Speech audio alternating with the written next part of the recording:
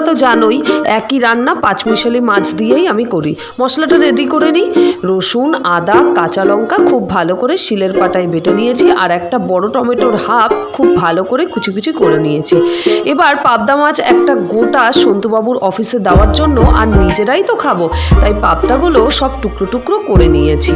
এবার নুন হলুদ মাখিয়ে সুন্দর করে মাছগুলো ভেজে নিয়ে ওই তেলেই কালো জিরে ফোড়ন দিয়ে যে বাটা মশলাটা ছিল সেটা দিয়ে তেল ছাড়া পর্যন্ত ঢেকে ঢেকে কষিয়ে নেব। রোজ রোজ একই জিনিস রান্না করতে গেলে একটু কেরামতি তো করতেই হয়।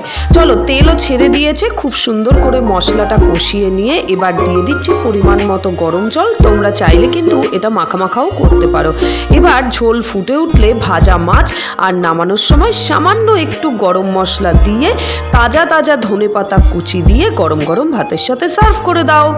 সাবস্ক্রাইব।